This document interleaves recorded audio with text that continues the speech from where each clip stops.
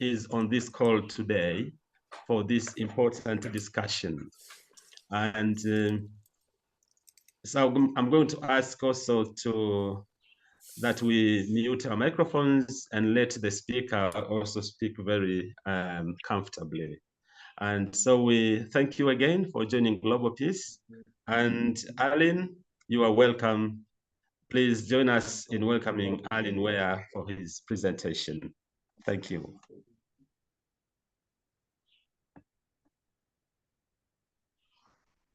Hi, George, and sorry I was moving around there. I'm over in France, just across the border from Geneva, and I realised that, because I'm at the Interparliamentary Union here, and I realised that the internet was too weak when I just signed on, so that's why I had to find another place in the hotel here where there is a slightly better internet. So I apologise that I was moving around a little bit as you were doing the introduction, but I do have a stronger signal now. Thank you very much for inviting me to come and speak today, because I've actually been incredibly busy at events the last couple of weeks in Czech Republic, in The Hague, in Geneva. We've just been doing a lot of events just this week. I haven't actually prepared a set presentation, but what I can do is sort of start talking about some of the aspects about nuclear weapons policy and elimination, and then let's sort of make it more of a dialogue rather than one long presentation. I think, we're a small enough group, and I think we can do, if that's okay with you, more of a bit of an informal conversation. So at any stage, when I'm talking, if anyone wants to sort of raise a question or has got something interesting to add, I mean, not like a full speech, but like something to add, then we can sort of bounce off that and keep going. But I'll start with sort of my background, where I come in on this issue of nuclear disarmament. So I'm originally from New Zealand. See, it's a lot of light coming from behind. If I just close this, it might be better. That might make it a bit easier. There was a bit much bright light coming from behind. So I'm originally from New Zealand, and my background is as a teacher. But when I was a student at Teachers College, I started getting interested, or should I say concerned, about the issue of nuclear weapons, because and this was during the Cold War, two superpowers at that stage, probably about 30,000 nuclear weapons each, enough to destroy the world many times over. And so the horror of what might happen if there was a nuclear war was very real during that time, during the Cold War. So this is in the 1980s, that I started getting engaged in this issue. Fast track forward now, we're 40 years later, and those threats have returned. The Cold War, when it ended, a lot of people thought, oh, good, the threat's over, because the nuclear weapons issue was very much related to the Cold War, or so many people thought. We don't have to worry about that anymore. I was not so optimistic. Normally I'm a stubborn optimist. I think that we have to keep our optimism even in tough times and look for the good. But I was a little bit suspicious, that, I don't think that the nuclear threats back in the Cold War were only about the Cold War. From what I was seeing at the time, and I can say a little bit more from our experience in the Pacific, the nuclear threat was a lot to do with power projection. It had to do with the weapons industry, which was very powerful, pushing this agenda. It's got to do with leaders maintaining power by creating this enemy image. And if you've got an enemy image, you can get people to vote for you, and particularly say, I'm going to protect you from this enemy. And so although the Cold War sort of had ended with the dissolution of the Soviet Union, and I think Gorbachev was an amazing visionary who was trying to bring, the world away from this idea of interstate rivalry and threatening others to create a security. The rest of the world hadn't quite got there. And we were still in a situation where so many people, governments, were thinking of their security as being based on defending yourself against some adversary with weapons. And if that's the way that you're thinking about security, nuclear weapons fit into that quite well, because even with the Cold War gone, there were other enemies out there, other adversaries, other conflicts that weren't resolved, territorial disputes. And so in that context, if you've got nuclear weapons, you can push forward your agenda, your ideas. You can manipulate countries in a sense. You have political power, and particularly where you're also a member of the Security Council or a permanent member, and the 5 permanent members of the Security Council have the nuclear weapons. So it combines with that. So from what I was looking at that situation, I was going, these countries aren't just going to give up their nuclear weapons. It's not going to go away. Not while we still have this security base that's set on an adversarial framework. You create security by thinking about defending yourself against an adversary. I was thinking we're only going to be able to get rid of the nuclear weapons when we actually move away from that and look at our security in a common security framework. In a way, common security is where you look at your security not only on protecting yourself against someone out there, another country, another person, but what you do is you actually look at what is their security, and your security, in order to be sustainable and real security, you also have to think about the security of others. So it's called undiminished security for all, or security for all, or win-win solutions, not win-lose solutions. And so it's a different framework of security than military or specifically even national security. So this is where the idea of the United Nations was sort of set up with that in mind.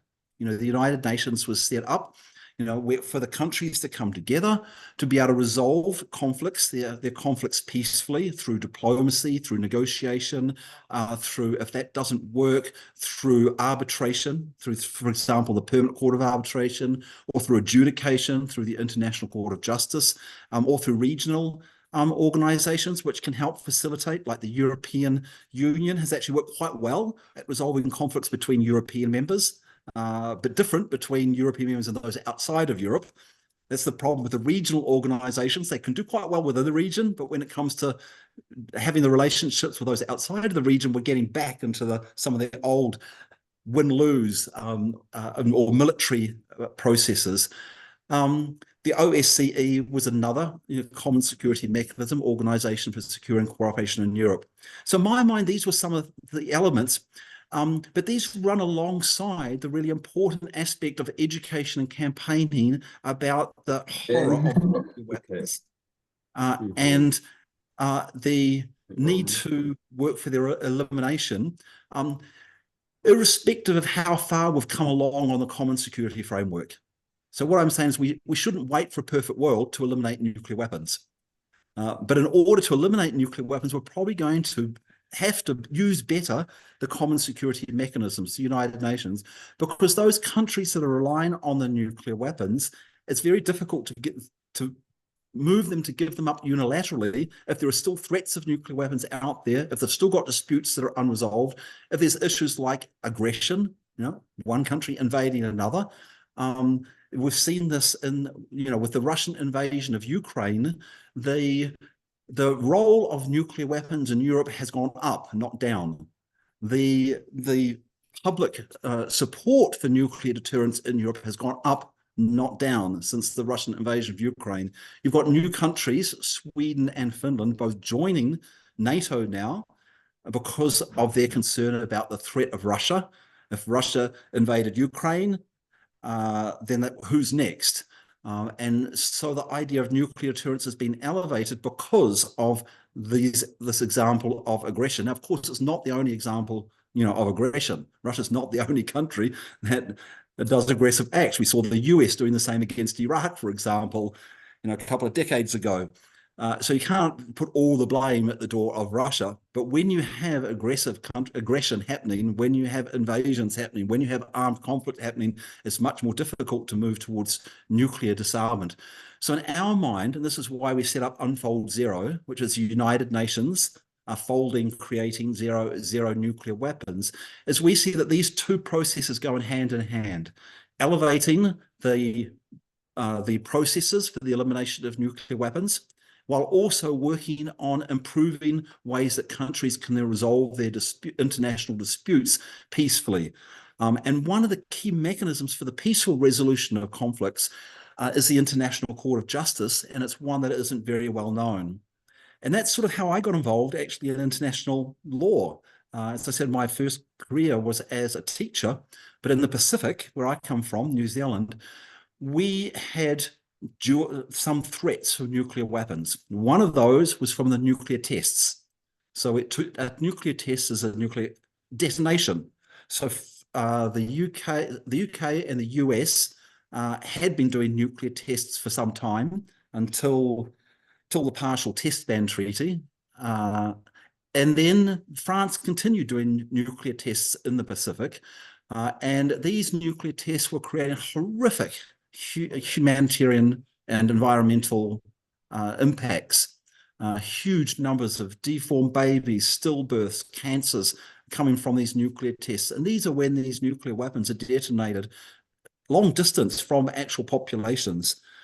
So for me, as a young teacher, or young, at that stage, student teacher, the impact of nuclear weapons on children was already happening. It wasn't just if there is a nuclear war, it's actually the production and the testing of nuclear weapons. We experienced that part from the actual testing, but there's similar stories from where the uranium is mined. You know, the communities around uranium mines, and these are mostly on indigenous lands, you know, in the United States or in Russia or the other countries that are mining the uranium. There's some in Africa, uranium mines that are fed into the nuclear weapons and nuclear power.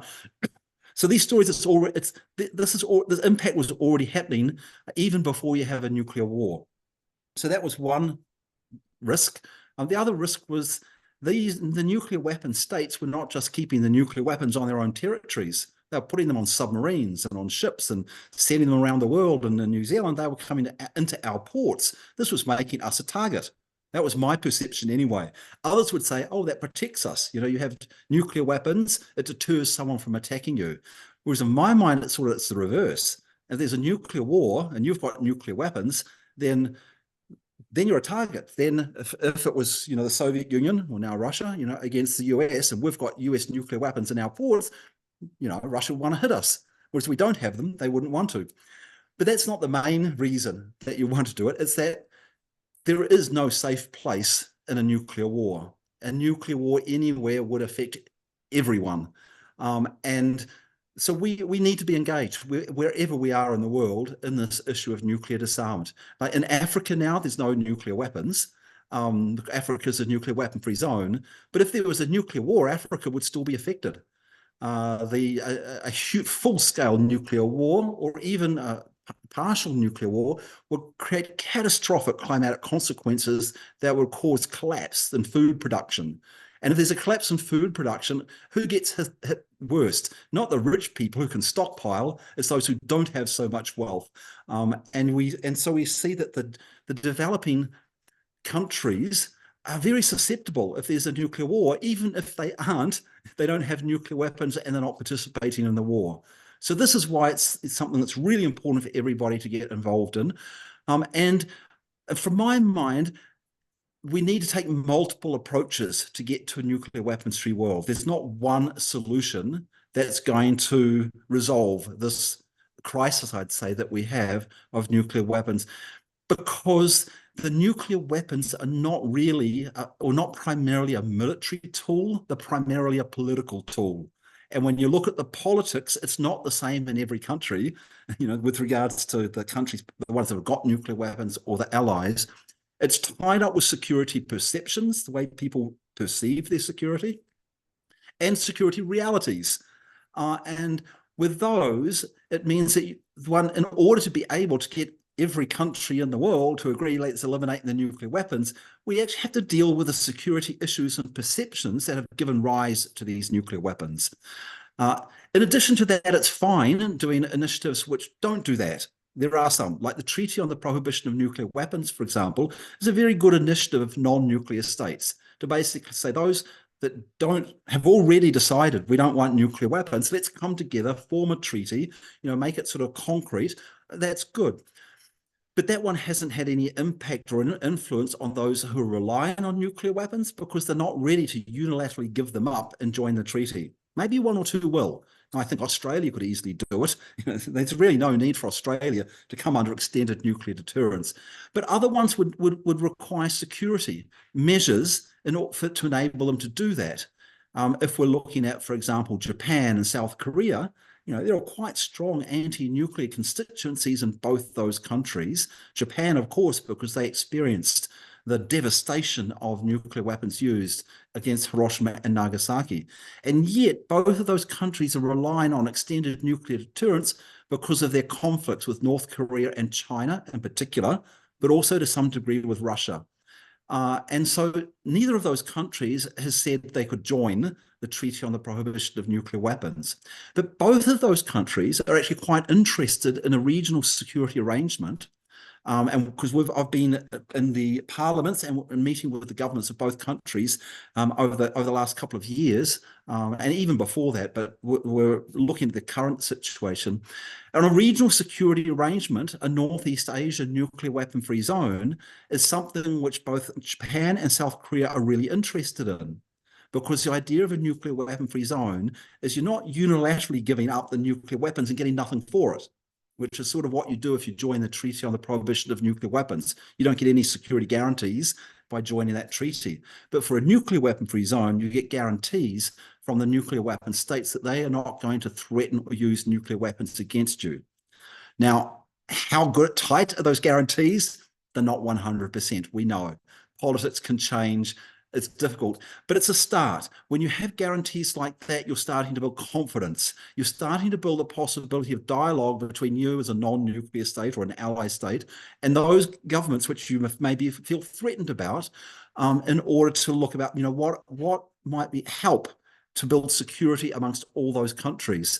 So this is also an idea that North Korea is very interested in, and we've had meetings with the North Korean diplomats in New York and Geneva about this, and also with North Korean parliamentarians who are actually not independent. They're just sort of like a mouthpiece of the North Korean government, but they've actually played like a shuttle diplomacy role.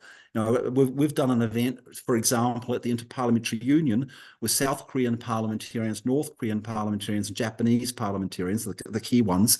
And the North Korean parliamentarians were sending messages back and forwards, to their foreign ministry to then ask us questions about what it was meaning. So we were able to sort of, keep the dialogue going. That was demonstrating the interest. I mentioned this because this is not the only nuclear weapon-free zone. There are other, this is a proposal, should I say? It's not an existing one yet, but we already have existing nuclear weapon-free zones, which are common security frameworks for the elimination of nuclear weapons within those zones. So the first one was Antarctica. The second one was Central and South America. Latin America and the Caribbean, should I say. Then after that came the Pacific, then Africa, then Southeast Asia, and then Central Asia. So as I mentioned, with these nuclear weapon-free zones, the countries that come and join them, all the territorial countries in that zone agree we will not possess nuclear weapons. We won't have nuclear weapons on our territories. So that's one step more than just the Non-Proliferation Treaty. On the Non-Proliferation Treaty, you say we won't have nuclear weapons, but some of the parties to the Non-Proliferation Treaty actually accept weapons on their territories. These are the NATO countries primarily. So the nuclear weapon-free zones go a step beyond the NPT. In addition, with the nuclear weapon-free zones, they have what's called the additional protocols. And it's these additional protocols, which are what the nuclear weapon states will sign, affirming that they won't threaten or use nuclear weapons against those territories. So it's actually, you're increasing the security. If you were relying on the nuclear weapons, you're giving up some of that reliance, but you're getting something in its place. And that's an important thing. So how do we do that with the other states? The states that have the nuclear weapons, and haven't joined the Treaty on the Prohibition of Nuclear Weapons, or some of the allies, NATO, for example. And that's where we've been elevating the common security framework a lot more and saying, look, let's try this. The problem with the common security framework is it's there, but it's undervalued and underused. And so I'll mention a little bit more about that. The common security framework is the United Nations itself. The United Nations includes Article 2, which prohibits the threat or use of force in international relations. in Article and which requires the peaceful resolution of conflicts, and Article 33, which puts forward methods for doing that: mediation, diplomacy, arbitration, adjudication, etc. The problem is that countries often don't pay enough attention to that. And they will use the excuse of Article 51, self-defense, to justify aggressive actions and threats to use force rather than the peaceful use of resolution of those conflicts peacefully. So what we're doing is trying to elevate those and give examples, success stories, demonstrating that if you take a case to the International Court of Justice, it can actually have an impact. And we did that in the Pacific over the nuclear testing. We took France to the International Court of Justice, and in 1974, the court, and then in 1975, France stopped its atmospheric testing, shifted to underground. So it took a while for us to get the evidence that underground testing was bad, but when we did, we went back to the court, and then France stopped its nuclear testing altogether. So this was a positive example of the use of the court from smaller countries. It was Australia, New Zealand, Fiji were the main ones, against a big powerful country, France. There are other examples of the International Court of Justice being used by small countries against the powerful countries, and it's worked. Nicaragua versus the United States, for example, the United States was supporting the Contras, the armed revolutionaries against the Nicaraguan government. The court found against the United States, said you can't do that, under the UN Charter, under your peace treaty that they'd signed with Nicaragua, you can't do that. The president of the government of the United States goes, well, we don't really want to go along with the court. That was Ronald Reagan. But the Congress then changed the law and said that, sorry, we're not going to fund any weapons going to the Contras.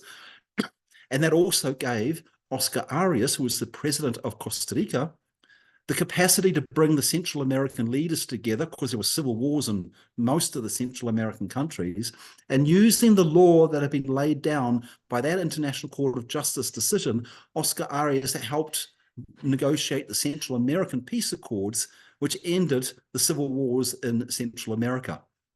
So here's a couple of examples of using one of the key common security mechanisms, the International Court of Justice, to be able to resolve peace and security conflicts, and there are others.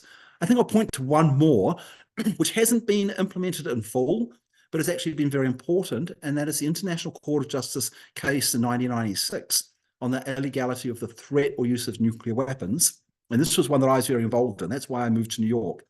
In order to help get this case, we had to get the UN General Assembly to adopt the resolution to take the issue to the International Court of Justice, because we were doing this not as a contentious case, not as a dispute between two countries, but as a dispute about the issue of nuclear deterrence itself. So the question we wanted the court to ask was, is the threat or use of nuclear weapons permitted under international law? And we had to get the UN General Assembly to ask that question. A lot of lobbying. The nuclear weapon states didn't want us to do it. They tried to persuade countries not to vote for it. But we got it in there. The decision wasn't 100%. It was like 95%. The decision was that the threat or use of nuclear weapons is generally illegal because it would violate international humanitarian law and other laws applicable in wartime. The court couldn't determine the extreme circumstance when the very survival of a state was at stake, whether or not there might be illegal use of nuclear weapons. So while it's not 100%, that 95% is really important because it's provided considerable restraint on the nuclear weapon states from using nuclear weapons in specific conflicts. And there are a couple of examples I can come up with. One was that when President Trump was threatening North Korea, and it was pretty horrific, the threats going back and forwards. And there was a lot of concern that President Trump might actually push the button. And so in the Senate, they held hearings in the Senate Foreign Relations Committee. The chair was actually a Republican, but the person who pushed him to do it was a Democrat, Senator Ed Markey, who's the co-president of my organization, Parliamentarians for Nuclear Non-Proliferation and Disarmament. So they had hearings about what is the authority of the president to start a nuclear war. And under the Constitution, the president has that authority. The president doesn't have to go to Congress to get any authorization if the president wants to start a nuclear war. But But what happened in the hearings is that the question was asked of the former head of UNSCOM, which is the Strategic Command Center in the US, which would implement that. If the president says we're going to launch nuclear weapons, it's UNSCOM, sorry, not UNSCOM, it's STRATCOM. STRATCOM would be the ones that would implement that. And the former head of STRATCOM said, look, if the president asked us to launch a nuclear strike and it was illegal, we would have to tell the president, sorry, Mr. President, that's an illegal order. What he meant by if it's illegal was if it violates international humanitarian law or the laws of warfare. So in the United States, following the decision from the International Court of Justice, they were actually looking at the different plans for the possible use of nuclear weapons and whether they might adhere to international humanitarian law. Now, we don't know what they've come up with, what answers they've come up with, because that's all classified information, but we do know that they're now doing that. And it's the same in Russia. In Russia, after the decision from the International Court of Justice on nuclear weapons, the new Russian doctrine came out 2 years later, and it referred to the decision from the court. It said that the Russian doctrine is to threaten or use nuclear weapons only when the survival of the state of Russia is at stake. That was a huge measure of restraint. It wasn't as far as many of us would have liked it to go, that it's illegal in every circumstance, but this restraint is really important. And I now come to the current day when Putin's been making these threats to use nuclear weapons in the context of the Russian invasion of Ukraine, coercive threats, telling the West, don't you dare support Ukraine, I've got nukes. It hasn't worked. The West has supported Ukraine. And in any case, most of the times when Putin has made one of those threats, it's normally be followed by the foreign minister, Lavrov, who's repeated that restraint that's required under international law from the International Court of Justice. Lavrov has often said, well, actually, the policy of Russia is that we would threaten or use when the very survival of Russia is at stake. So there is some restraint there. Now, that restraint, we can't rely on it, because in crisis situations, you have leaders who may not feel bound by it. Putin might go ahead and launch a strike, even if he's got those within the Russian administration saying, Putin, that's illegal. And there are very real risks of that. We have seen preparations from Putin to possibly do that in certain circumstances. It's not the only one. That could also happen from the US. It could happen from North Korea. It could happen from China. So the risks are really high, even with that legal restraint, which is why we need to move even more on nuclear disarmament, and we need to move at multiple different approaches. And so that's why we've been coming out with not, support for like nuclear weapon-free zones, support for the Treaty on the Prohibition of Nuclear Weapons, but we also need to have support on moving towards no first use policies, so that we can get locked in more, the restraint against starting a nuclear war, and moving from there also to accepting that any use of nuclear weapons is illegal. So in that context, we were actually quite pleased to see at the Bali summit of the G20 leaders, and that included Russia. Putin wasn't there, but Lavrov was. They actually accepted the language that the threat or use of nuclear weapons is inadmissible. So there was a realization, even amongst the nuclear weapon states, that a nuclear war would be catastrophic. But they didn't then move on to that and change their policies. They're basically saying, oh, yeah, it's inadmissible, but they haven't done really much to ensure that it doesn't happen. They still have weapons on high alert, particularly Russia and the US. They still have first use policies. That first use means they could fire, even if the adversary hasn't fired nuclear weapons. They still have policies for using nuclear weapons in a range of circumstances, not just against the threat of nukes. So we need to work very hard on the policies of the nuclear weapon states and the allies, pushing no first use policies, reaffirming the norm of no use. So we've got a couple of appeals on that. We've got one, nuclear taboo from norm to law, for example, which we're getting a lot of support for, and I'll put it in the chat later on. Sorry, I've just got a box coming up. I don't need that. Cancel. And then we also need to ensure that this issue is at the top of the agenda in international forums, like the UN Summit of the Future, the UN General Assembly, and others. And again, that's some of the work that we're doing, and a lot, with many other organizations, of course, to ensure that this gets the highest political attention that it should. Finally, I should mention, and then we'll just open up for questions and general conversation. I mentioned it's not just security issues that are running this; it's political, domination issues, and we have, part of the work we're doing is trying to address those, and that's again the importance of the rule of law. But it's also the nuclear weapons industry, which is sort of also pretty much attached to the broader weapons industry. But in the nuclear weapons industry, there's about 27 companies around the world that are making nuclear weapons or their delivery systems. So they're quite identifiable. And so it's quite easy to look at stopping the funding sources that go to those corporations. And these in a couple of ways. One is the direct funding from the governments who are contracting them to make the weapons. And so that's the nuclear weapons budgets. And that we don't have much say in the nuclear weapons budgets of China, or Russia or North Korea, or even India or Pakistan. There's really little public engagement in the process. There's very little control. Even in India, which is supposed to be the world's biggest democracy, the parliament has really very little influence and doesn't really bring up these issues of the spending. But in the US and in France and the UK, we can bring these things up. So that's why my network of parliamentarians is doing that. So Ed Markey, Senator Markey in the US, for example, is putting many initiatives on the nuclear weapons spending in order to cut the budgets. One of them is called SANE, Smarter Approach to Nuclear Expenditure Act, and that's to cut funding for nuclear weapons and put it into health. Another one is the ICBM. So ICBM stands for Intercontinental Ballistic Missiles. Like Markey says, there's no need for more intercontinental ballistic missiles. We could even get rid of the current ones. So why is there a budget for building more intercontinental ballistic missiles? Instead, we should invest in cures before missiles. So that's sort of like, cures for pandemics and health expenses. So that's Markey. We're doing the same, with some of our members in the UK Parliament, and that's also working on the ideas of military conversion, because there are a lot of workers, who their income is derived, from working in these companies. We don't want workers to lose their income, but we don't want them to keep making nuclear weapons, missiles, and ships, submarines.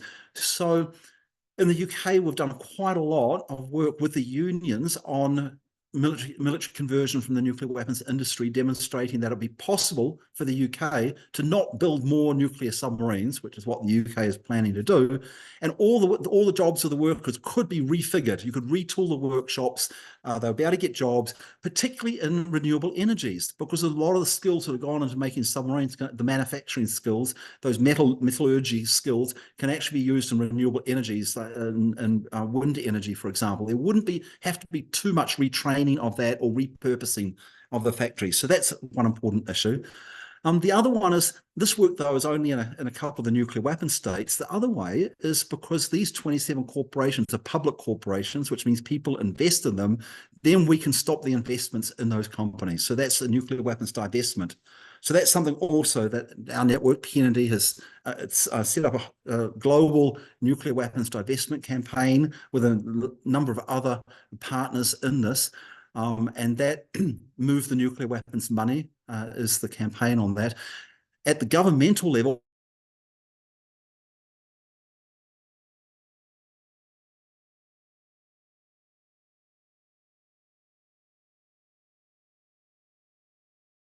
can invest public funds in the nuclear weapons industry. That's New Zealand, Switzerland, Liechtenstein, and Norway.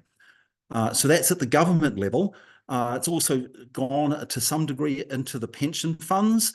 And then there's public campaign to stop investing in others, like in university endowment funds, for example, individual investments, and also in the banks. And there is another initiative which is complementary to this called Don't Bank on the Bomb, which is focusing on the banks.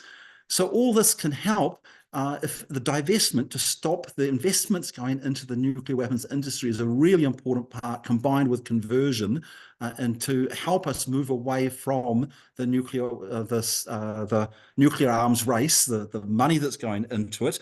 And I think the combination of these things give us possibilities to be able to move towards a nuclear weapons-free world. So I think that's enough to give a bit of an overview of what are some of the politics, what are some of the economics involved in the nuclear arms race, what are some of the initiatives that could have some success and already are having some success, and maybe we open it up now for comments, questions, etc. Thank you, George. Thank you so much, Alyn. That was encyclopedic. And this has been really wonderful. And now I'd like to ask members to ask questions and share experience, because you've really talked about a very huge issue with lots of aspects to it, and that touches really all countries really in this world. And as you put it, actually, that a nuclear war anywhere is a threat, elsewhere, or like nobody will be spared if this was to happen. So if you have a question or comment, please just ask. Welcome to Global Peace Studies for Sustainable Development in Africa.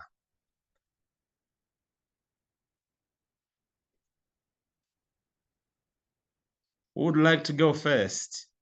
A lot of information to, think through, and let it sink in.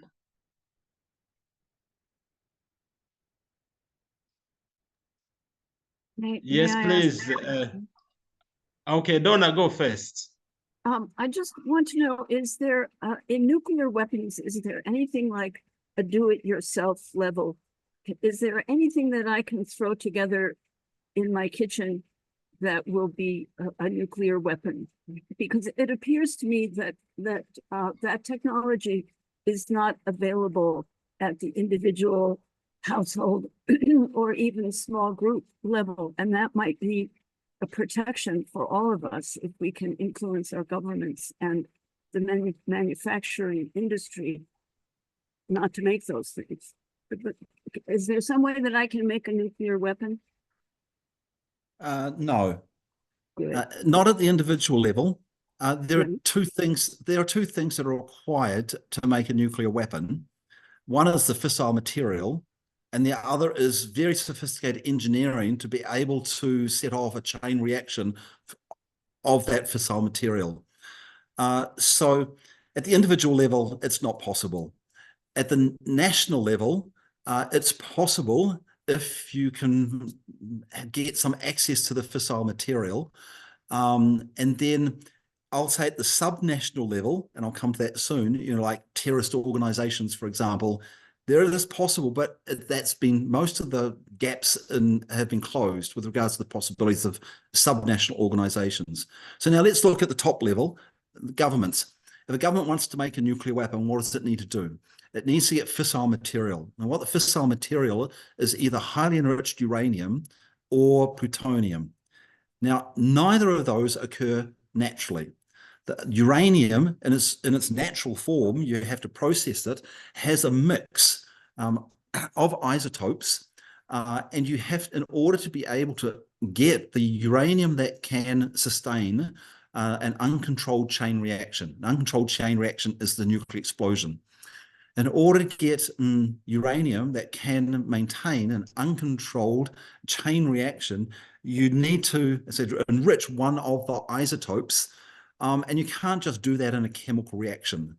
You have to do it in incredibly high-speed centrifuges. And the centrifuges, like, the spinning around, because the isotopes are slightly different in their weight. These are technically difficult to make, but it's possible. So you get the source uranium, you then put it into centrifuges. By using those centrifuges, you can enrich it. Then you might be able to get enough fissile material to make a nuclear bomb. So this is why people had concern about Iran, because Iran had these centrifuges and was enriching uranium. Now, what they were saying is that, well, they were enriching uranium for nuclear energy. And perhaps that's true. Enriching uranium is also necessary for nuclear energy. For nuclear energy, you don't need to enrich it so much. You keep it below a certain percentage with regards to the isotopes. And you can monitor that. So, and this is what we've got internationally. We have international monitoring of nuclear facilities under the Non-Proliferation Treaty, so that for all of the countries that are members of the Non-Proliferation Treaty, and Iran is one, have this monitoring of their nuclear facilities, so the International Atomic Energy Agency can determine whether or not they are enriching uranium enough to make a nuclear bomb. And this is and with the Iran situation, the whole nuclear deal, which was negotiated, and this was during the Obama administration, and why this deal was so good was because Iran agreed to limits on its uranium enrichment that were being verified by the International Atomic Energy Agency, so it wouldn't be possible for them to enrich the uranium enough to make a bomb. So we have a good system for verifying whether or not countries can actually develop the possibility of making fissile material for a bomb. That system wasn't perfect, we know, because it was discovered that there were some gaps in that knowledge from Iraq. This is earlier in the piece, but that's sort of been sorted out now, and so the IAEA has that capacity to do it for the states that are parties to the NPT.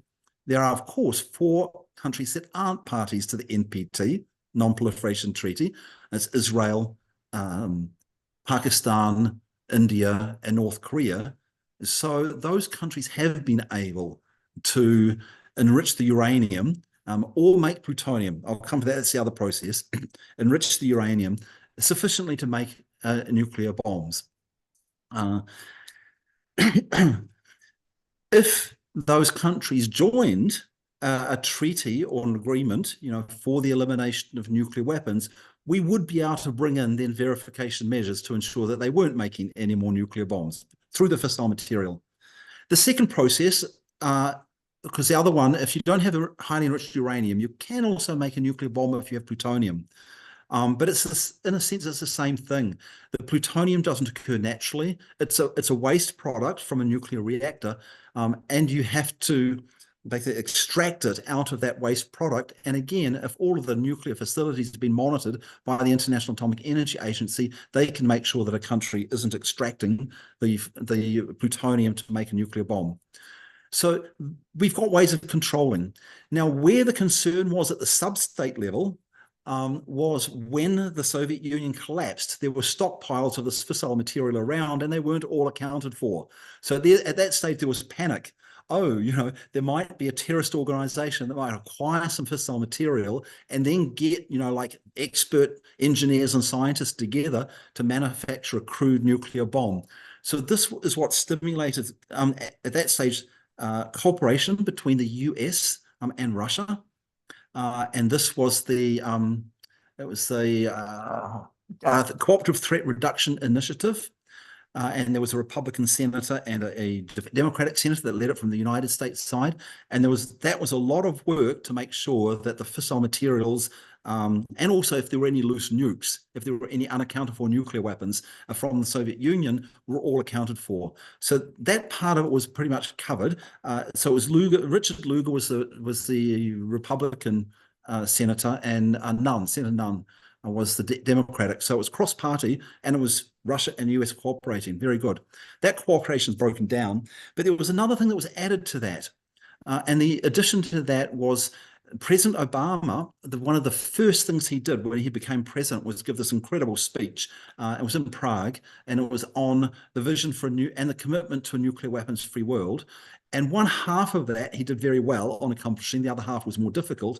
The one half was to make sure that it's not possible for subnational organizations to get hold of fissile materials or to make a nuclear bomb. So they added a lot more mechanisms to put in place. A lot of policing across borders, Security Council measures that would ensure that it wouldn't be possible. And so the threat of a subnational organization acquiring fissile materials or making a nuclear bomb is very low at the moment. The part that Obama couldn't deliver on, because the conflict between Russia and the United States then erupted with the annexation of Crimea, was on the nuclear weapon states getting together and working out a program for the elimination of nuclear weapons. We haven't managed to get them to do that yet. So I think that hopefully answers that question. At an individual level, it's pretty impossible. Subnational level, it used to be possible, but not now. At the international level, we can control it if there are agreements in place. And as I said, as the countries that are party to the NPT, we can monitor that. But if they're not subject to an agreement, they can do what they want. So that's, I think, the situation there. Thank you. Thank you very much indeed, Alyn. And now, Sean, then we go to Lester. Nice to see you both. Sean, please go ahead. Oh, thanks very much, George, and thank you very much to the speaker for such a comprehensive overview of the developments. I just have one question and one observation. The question is about does this, or can the speaker say something about the possible treaty or the threat in outer space to put nuclear weapons in outer space? Something has come up there recently about that. I'm not sure how advanced it is. And just from a European perspective, I'm afraid the situation at the moment is very pessimistic, because the budgets, the most recent European budgets, are all militaristic, and some of the leading politicians in Europe are planning a war, according to themselves, within 3 to 5 years. And that war has to be very dangerous in relation to nuclear weapons. So just from that perspective, I'm very negative about the future. But just about the nuclear weapon one that's in space, if Alyn had any information about that. Thanks very much, George. Yeah, so outer space, there is a treaty on outer space at the moment which prohibits the placement of nuclear weapons and other weapons of mass destruction in outer space. But that's sort of about all it does. It doesn't prohibit weapon systems, including nuclear weapons, that might fire into space from the ground. There has been restraint on that, but not total. Both the US and China have tested anti-satellite weapons that are fired from the ground. They're not nuclear armed. But if you've got a missile, an anti-satellite weapon that you fire, from the ground into outer space, if you've been testing that, you could quite easily put a nuclear weapon on it. And that's something which Putin was actually talking about. He said, well, what Russia's doing, what the United States has already been doing, testing this. I don't think that's absolutely true. I think Putin has got trying to push it even further with the idea of possibly even placing nuclear weapons there. He hasn't said this outright, but he was saying, look, this is something that we are looking at options that we need to protect our security, blah, blah, blah. It's frightening. However, there is on the restraint side, these leaders, while they may be vicious, immoral, operating illegally, they're not stupid. And if one detonates a nuclear weapon in outer space, against the idea of it, of course, is to try and hit other satellite with a weapon. And if you've got a nuclear weapon, it means you don't have to hit it. You don't have to be quite so accurate. You can do it close to it. You've got a couple of things happening. You've got space debris, which means that you're not only going to destroy that satellite, but that space debris, which will be uncontrollable space debris, can then hit other satellites. And you could be risking your own satellites in space. And if you're risking your own satellites in space, what you're risking is your eyes and ears up there. We are reliant so much for our communication systems now, and this includes, personal communications, commercial communications, and military communications, that anyone who's going to contemplate, in reality, I'm not saying this is different to threatening to do it, but actually do something like this, to start shooting down satellites in space, risks all of that. And so I think there's still quite a lot of restraint just from the very, common sense part of what are you doing would be crazy, which is in a sense similar to launching a full-scale nuclear war. But once there was realized how crazy that was, that did put a limit on, but there was all sorts of other ideas. We could have limited nuclear war, so the idea of the craziness of full-scale nuclear war has not eliminated the nuclear threat. And I'd say the same thing. up outer space. It might put some constraint, but generally what, military leaders do, or the research and development teams and the governments that are trying to push them, is they'll try and find, what are some ways that we can protect our satellite from that debris, for example, and still have that option open. It's part of the problem of military planning often includes, let's ensure that we are able to do military activities in whatever way we can. We might not use all these different options. Some of them may be bad options, but we should at least have the capacity to be able to do it. It's very dangerous in a sense, I think, but that's sort of a military mind in terms of the planning. We have to elevate the restraint more than just the common sense, because the common sense doesn't take away, these threats that these countries are doing and the politics they're playing with making these threats. So we do need more constraint in outer space. We have been looking a bit at this. A lot of this is done sort of on a voluntary basis at the moment, with like principles on protection of outer space and ensuring that that you're not threatening debris. Some of it is put into actual law, and the space launch countries, those countries which have space launch facilities, all have regulations with regards to what they can and what they can't launch. We looked around at those, our network of parliamentarians, because we were advising the Interparliamentary Union on what to advise other parliamentarians to do if they are in a country which has got space launch facilities. And we found that the New Zealand, I'm sorry, maybe I'm a little biased, but we were objective of this, the New Zealand space launch regulations are the best.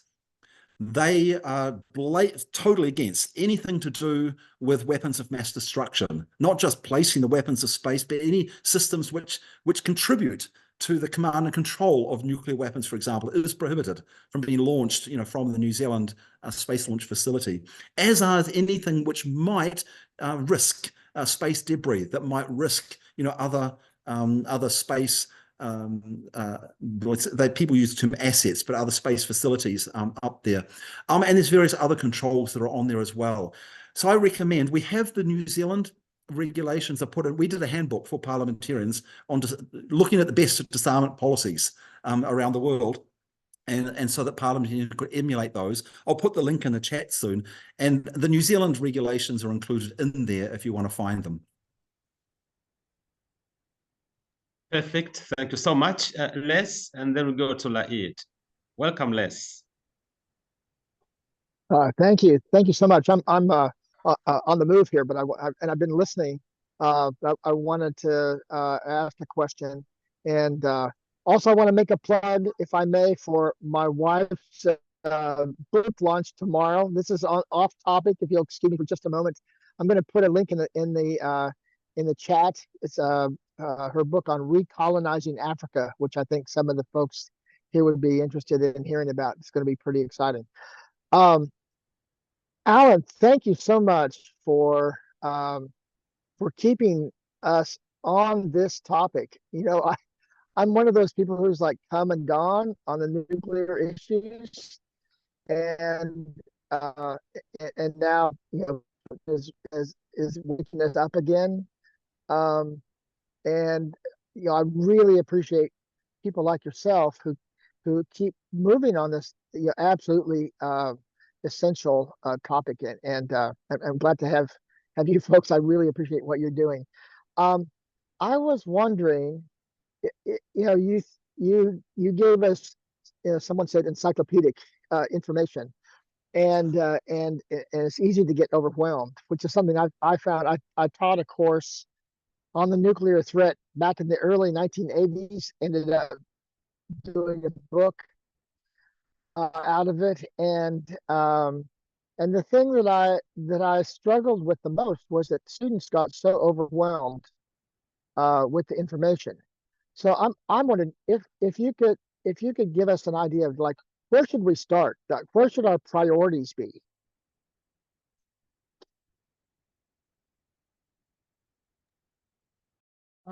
It's a tricky question, because I don't think I can say what each person's priorities should be. I think we come from different regions. What might be the priority in the United States could be quite different to what's the priority if you're in Japan, quite different to what's the priority if you're in Germany, quite different to what's the priority if you're in the Marshall Islands, because all of these, or in Kazakhstan, all of these will have different geopolitical aspects and different opportunities to engage. In addition, it depends on whether you're primarily like a civil society activist or an academic or a parliamentarian or a government official or an artist, depending on how you can best contribute and into what part of this that you can play. So I don't think I can say, look, there is a priority. To me, this is such a, this is because, and I think in the beginning I said, the nuclear weapons are not primarily a military weapon. They're a political, and I would say even a psychological weapon. Because when you're talking about security, it's based so much on perception. It's not based, there is, of course, the security realities. You know, it's a reality that Russia invaded Ukraine, and, you know, oh, that is a security threat. But a lot of the other times when you're looking at relations between countries and how they're like, whether they're choosing to follow an adversarial approach with that country, you know, well, I'm going to threaten them, you know, make sure they don't attack me, or taking a more of a diplomatic approach to the country. This relies on things like, can I trust them? You know, can we do an agreement? You know, and they'll follow up with that. And the whole thing about trust relies on so much, you know, and our perception of what they might do, and on projections.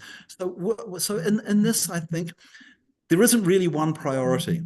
But I think what there is the importance, and this is why I started with this, to think about how we can advance as much as possible a common security framework. You know, if we're only looking at reducing the risk, but we're still maintaining the nuclear deterrence framework as the main security framework, we're never going to succeed. If we're always looking at our security as only protecting myself and defending myself against some adversary, but not paying any attention to what are the conflicts that have led to that, we're never going to succeed. So the common security framework is like looking at how do we ensure that not only our security, but our adversary security is elevated? How do we look at what are the conflicts, you know, that have risen? You know, what are the sources of those conflicts? What are ways that we can address those? Is it something that we can do through diplomacy? Is it something that might require a little bit more because there's a lot to unwrap? And this is where the International Court of Justice can do, like, you know, can play a role in that. So if we look at things like from common security, then you can do that either as a parliamentarian, you can do that, you know, as a civil society activist, you could do that as, you know, an artist.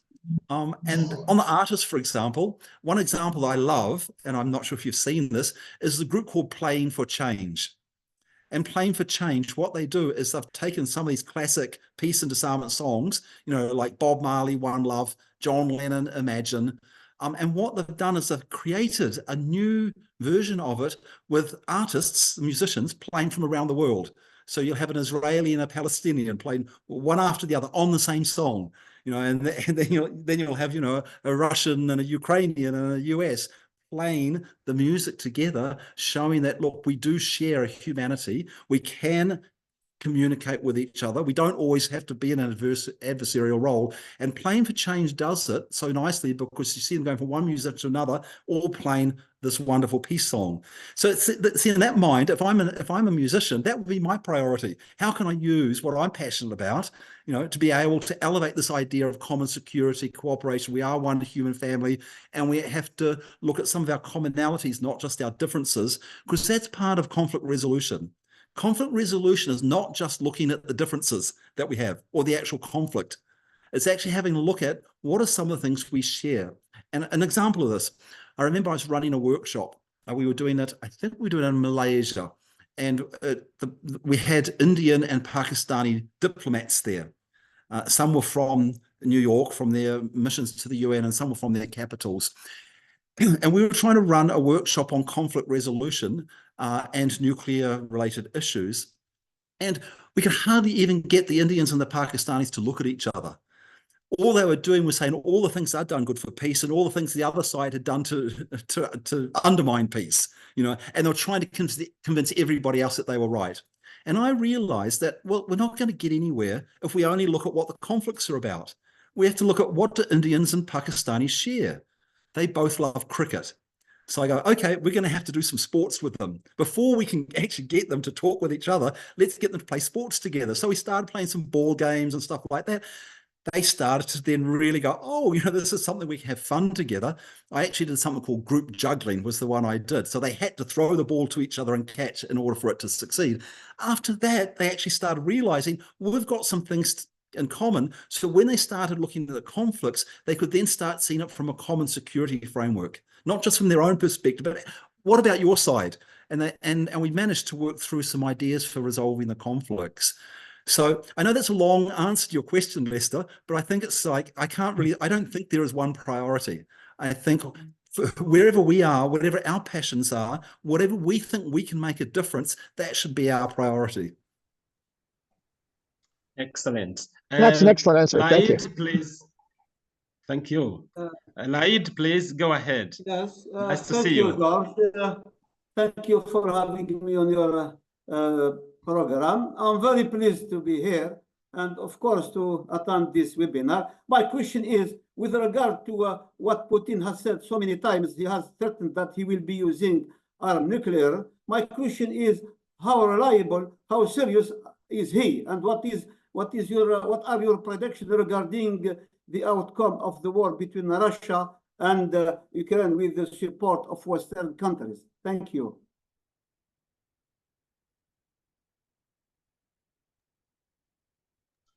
Yes, thank you for the question. I did address this a little bit earlier, but it's such an important issue that maybe I can say a little bit more. To tell you the truth, I'm very scared of Putin. I mean, look at the inhumanity, in his actions, not only in Ukraine but also in Russia. Look at any civil disobedience in Russia now. It's impossible. It's impossible for any voices against Putin to exist within the country. People either get imprisoned, they get pushed out of windows, they get poisoned. It's pretty horrific for someone to be able to entertain that type of treatment of his own people, let alone the treatment that's happening on the Ukrainians, which is just horrific. And the fact that he's sending tens, 20, nearly over 100,000 young Russians basically to their death for his own power games. So I have very little confidence that we can shift Putin into being more humanitarian or think about the humanitarian consequences of the use of nuclear weapons. That being said, Putin is not the only person in the game. And I mentioned Lavrov before. Now, Lavrov has gone along with Putin's general plan, but it's been playing a restraining factor on there. As I indicated, when Putin has been making these threats of use of nuclear weapons, often we've heard from Lavrov, the foreign minister, well, the policy of Russia is to threaten or use nuclear weapons when the state of Russia is threatened, and particularly the survival of Russia. But that's not, while that might provide some restraint, it doesn't give me confidence that we're going to avoid a nuclear war. There's quite a high risk of a nuclear war emerging out of this Russia-Ukraine invasion. So I am really worried about it.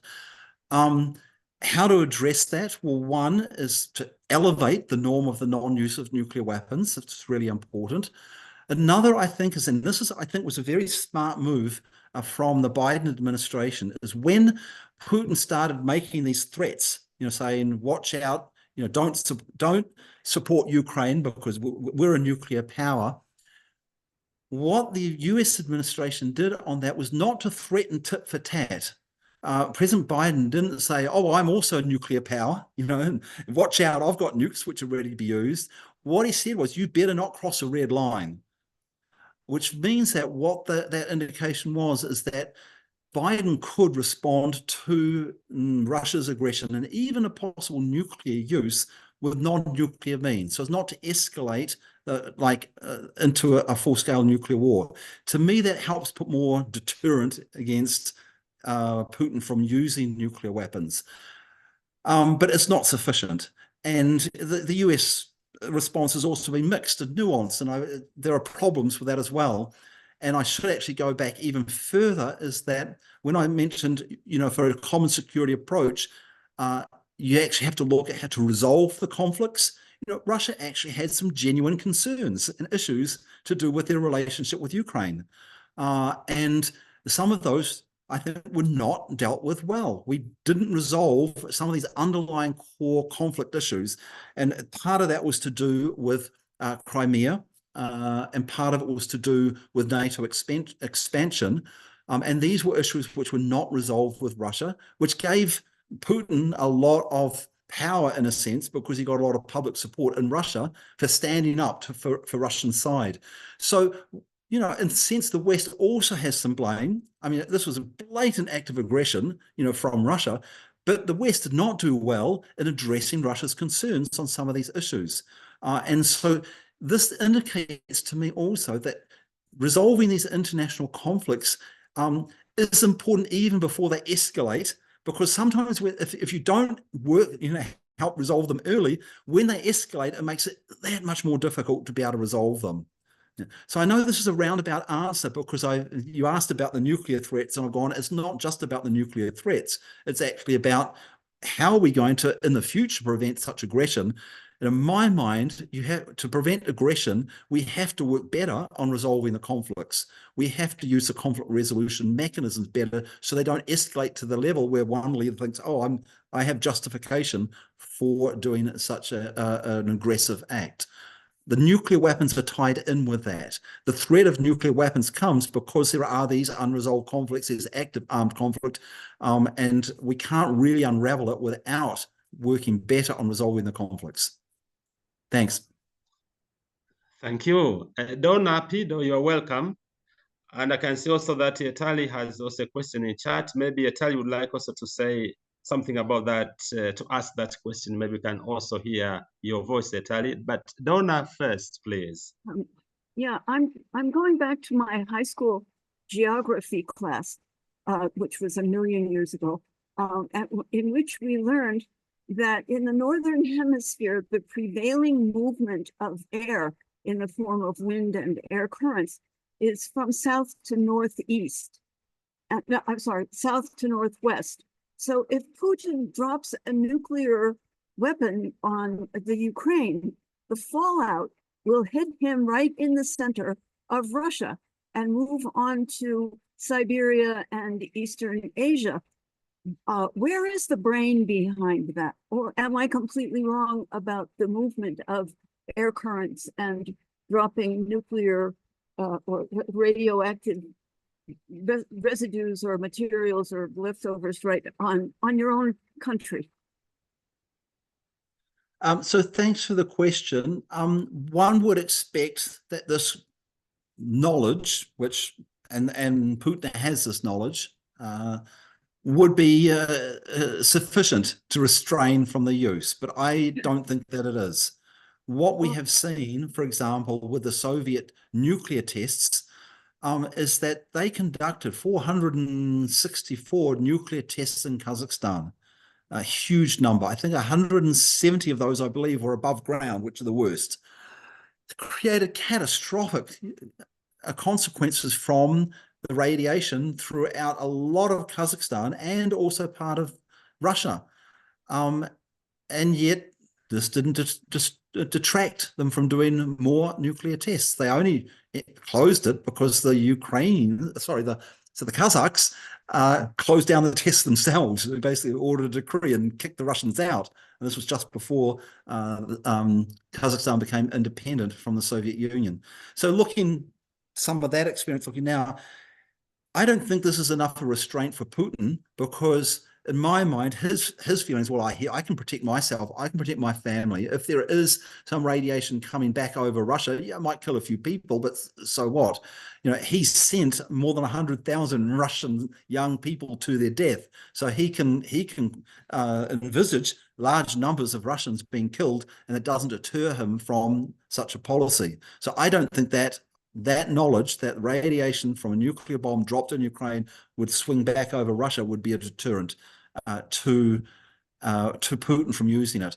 What I think more is, if there's both deterrence, but the deterrence policies are all fraught with what ifs and maybes and perceptions. So it's really hard to predict how deterrence plays out in real life. And that's where I think one has to be really careful. But what I think, and I support what's happened, one can't let a nuclear weapon state curse with the threat from nuclear weapons, which is what Putin has been trying to do. Basically say Ukraine is ours, Ukraine is part of Russia, I've got nukes, don't support Ukraine. Europe went against that and said, no, what you've done is illegal. What you've done is an act of aggression. What you're doing in Ukraine, hitting civilian targets and that, these are war crimes. We are going to highlight those. But what we aren't doing are attacking Russia. So in my mind, that is a form of constraint from the European side and from the US side. If Putin uses nuclear weapons in Ukraine, all the bets are off. That then gives the mandate for NATO, for the United States to attack Russia. To me, that is a deterrent. And that's what I think Biden was talking about when he said, don't cross the red line. Biden wasn't saying we would use nukes against Russia. It was saying if you use nukes, then we have got then the mandate to invade Russia, because that is an illegal act that goes way beyond any possible rationale or justification. Thank you. It's scary. Yeah. Yes, it is. Sounds And like Donald Trump, but in Russia. Sorry.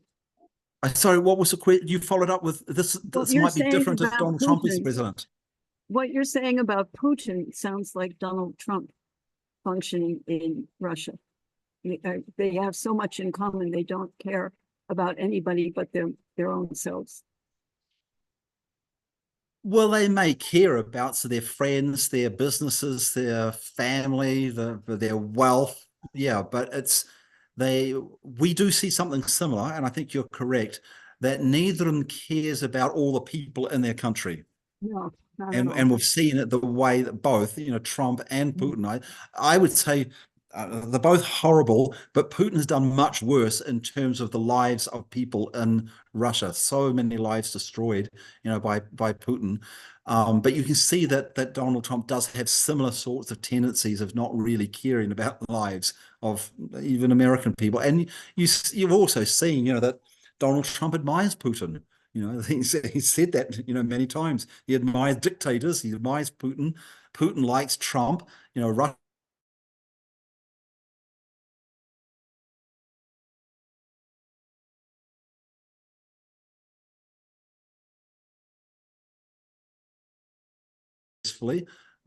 So you can see that, in a sense, they are personal allies. Yes. I believe Italy. Payroll. Never mind. Thank you so much for giving me the opportunity to speak. Actually, I am so happy to have listened to this very important discourse. And I was just asking questions. And I was asking, is it really necessary in our context, in our society of today, that we should be having the production of such weapons, and what would these weapons be used for? So I was just trying to ask if there are institutions that have started, maybe are there any institutions that are working to enforce a strict ban on the production and use of nuclear weapons, and also if there are not, if there are or there are not, what do you think that can be done to speed up and engage the nations to obligatorily adhere to non-production of nuclear weapons? Because we may be able to see, there must be an argument that we are putting forward to ask the importance of weapons and why are they being produced and for what? Because like we are living in a cosmopolitan world and in a kind of an ecosystem where we have to coexist. And I think that if we are producing weapons, we should be producing weapons that maybe we have to protect the human race from maybe aliens or maybe unexpected kind of attacks. But then we cannot be producing nuclear weapons to be a threat to human nature and to the world that we are living in. So my worry was, are there some institutions that are working in this? Because I don't want to think about the fact that we may have the United Nations that is existing, but we do not really see much effort. We do not see the conflicts are sporadically, they're always, existing or are coming forth in an exponential way. And we are not seeing any conflict that has been ended in a way that gives the people the opportunity to live peacefully and coexist. So we are asking, is there any institution that is working in that direction? And if there is, or if there's none, what is possible that can be done to ensure that the production of this weapon is totally and completely annihilated in a human society? Thank you so much. I think I addressed most of those points in my introduction. Maybe I can just add one more part, is that the principal difficulty in moving forward is we have to convince those with the nuclear weapons and those who are relying on them for their protection that they don't need those weapons for their protection. And that's hard to do. That's one of the key tasks. That's one of the reasons why I said the common security framework is important. There's a common security framework in addressing those who believe they need the weapons, says, well, we understand you've got security concerns. The world's a dangerous place. You know, there are dictators out there. There are countries that might want to use aggression and attack you. But there are alternatives to nuclear weapons to protect yourselves. And those alternatives, the best alternatives, are the ones that resolve the conflicts, not the ones that just threaten whoever it is you're worried about. So that's why I talk quite a bit in the beginning of this talk about what is this common security framework? You know, how can it work? How can we encourage these countries to sit down and resolve these conflicts? And there are a wide range of mechanisms for doing that. There's just the general negotiations of diplomacy. There's mediation. I didn't actually give an example of mediation, but we do have one from my country, New Zealand, and this was later in the piece. And with the conflict with France, when we had a peace boat, it was called the Rainbow Warrior, and it was owned by Greenpeace, was in our port, our harbour, and it was going to sail over to Mururoa to protest against the French underground nuclear tests. The French blew up our boat. We had agents coming into New Zealand secretly, putting bombs on the boat. It detonated. The boat sunk. We lost one of the colleagues. I was not on the boat at the time, but I was been on the boat because I was showing people around the boat, you know, during the day. So I was pretty close to this. And then when we caught a couple of their agents in New Zealand and convicted them for manslaughter because they'd killed someone, France put a boycott on New Zealand, which meant New Zealand couldn't sell products to the whole of Europe. So here was the powerful bully, you know, who'd done wrong. We'd tried to sort of get some justice, and here they were being a bully again on top of us. And we couldn't get anything from the Security Council because France has got, you know, veto power there. So we went to the mediation service of the United Nations. Now, most people don't even know that this exists. Yet it's in there in the UN Charter. Mediation is right there, Article 33. So we luckily, we had a Prime Minister in New Zealand who was a lawyer who knew about it. And he said, hey, we should try it. So we tried the mediation service, and it was brilliantly successful. The French saw this as a face-saving way that they could do it out of the limelight, sit down, you know, like go through the issues. They ended up then accepting that what they'd done was wrong. They gave compensation to Greenpeace, to the family, and then in return, the two agents we'd caught served the rest of their term out in a French jail. This is one example of mediation that works. And these are the things we need to be trying with our adversaries, you know, those who have done us harm, rather than just retaliating tit for tat. You know, we didn't go, oh, they've blown up a bomb in our harbour, so we'll go and blow up something in Paris. No, we look at how do we resolve the conflict. Mediation is one way to do it. And there are others. If the other side doesn't want to do mediation, they could try arbitration, which is a slightly different format, or take it to the International Court of Justice and have adjudication. So I was bringing this back in because these are the alternatives to nuclear deterrence common security approaches, and I haven't talked about all of them, so that we can encourage the nuclear weapon states and the allies that their security needs can be met without having to rely on nuclear weapons. But this hasn't been talked up enough yet. People have just been, which I don't think is a very successful or effective argument, have just been telling the nuclear weapon states and the allies, you're wrong. You know, for having nuclear weapons, you're wrong. And this doesn't really help. You know, even if you are wrong, if someone just says you're wrong, you don't really feel really, oh, well, thank you very much for pointing out to me. I didn't realize, yes, I'm wrong. No, you sort of get defensive. No, this is why we've got them. So I think just protesting against, while there's a place for protest, if we want to change them, we have to sort of talk with them. We have to say, what are these security issues you're worried about? Here are some ideas about how to resolve them without relying on nuclear weapons. Then we're going to get some success. So that's, I think, how we're going to get there. Of course, then we'll need the negotiating venues, and the UN provides them. If you then want to negotiate the treaty, we can do that. But you can't negotiate a treaty unless the parties want to negotiate the treaty. And at the moment, the nuclear weapon states in their eyes, they don't want to negotiate a treaty because they still believe they need the nuclear weapons. So the common security approach will help them. And I'll put in the chat, we actually have a paper explaining this. We've got 170 organizations to sign on to it, and we presented it to one of the forums, the Non-Proliferation Treaty Forum last year. We want to elevate this. And we're working with the Interparliamentary Union. This is why I'm in Geneva. This is 170 parliaments from around the world. We had 1,400 parliamentarians.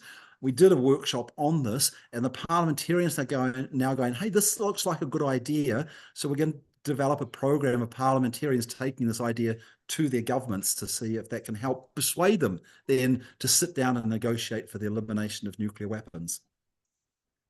Lovely. Thank you so much, Alyn, for this extensive answer. Peter, please, you are welcome. Well, thank you very much. First of all, I agree with you, sir.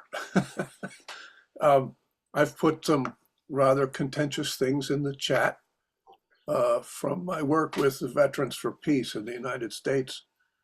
There has been a massive upsurge in budgeting and contracting to develop more and more powerful nuclear weapons.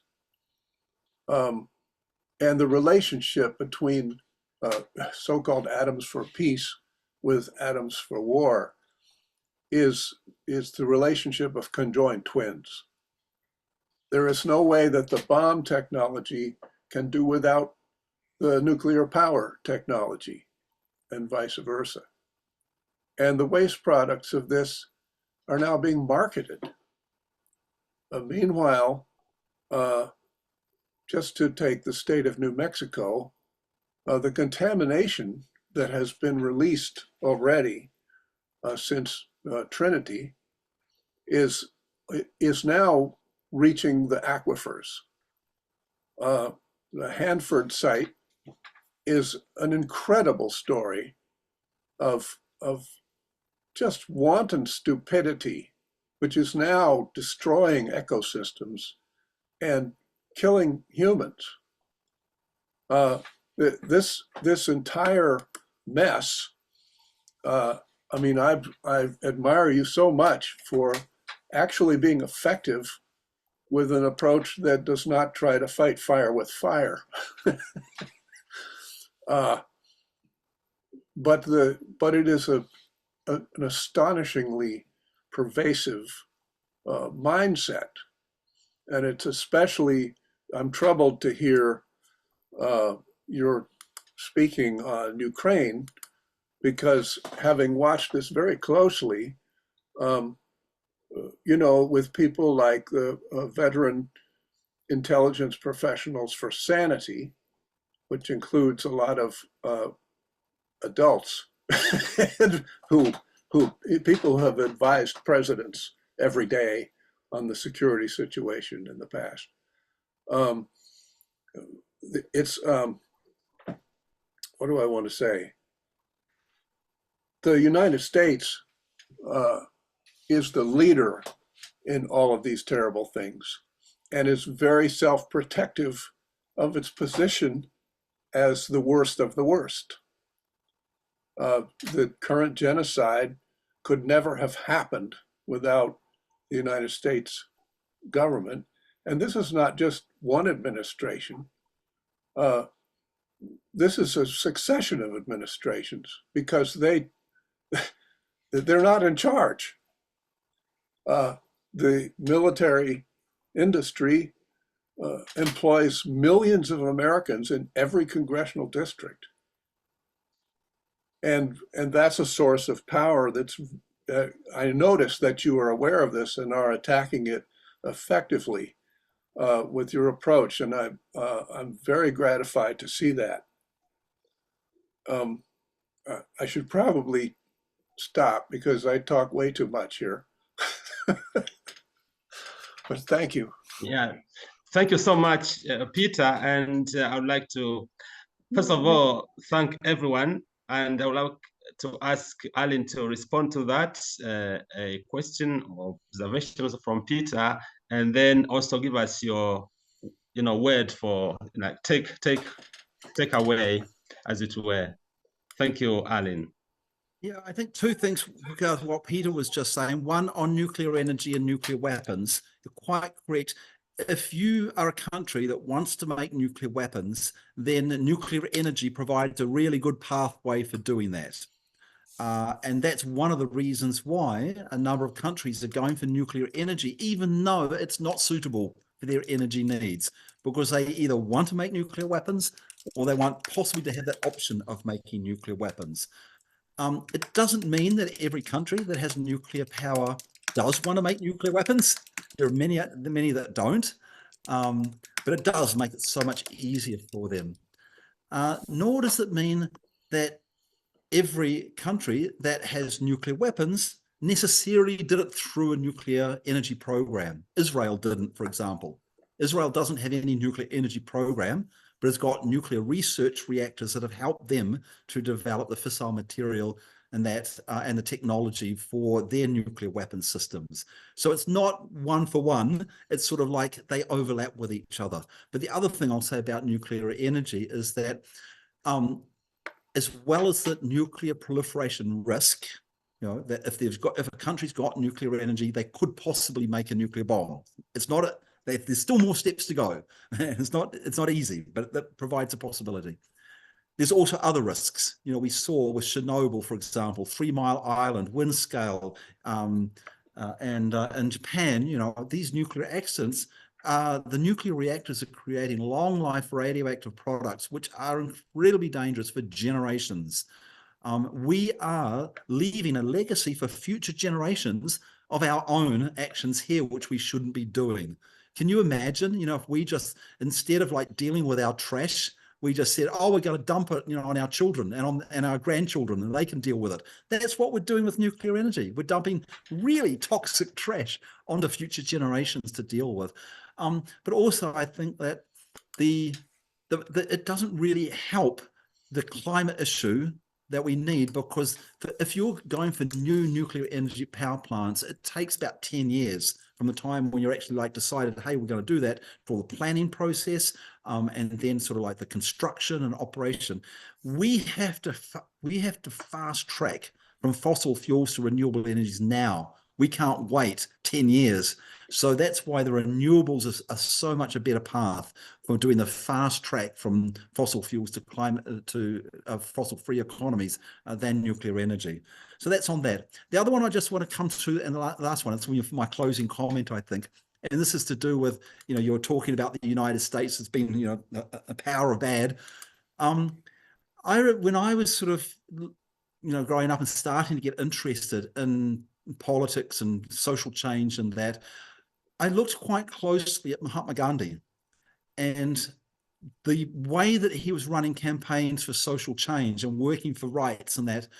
And to me, he was doing it in a way that was bringing, it was called satyagraha. It was non-violence.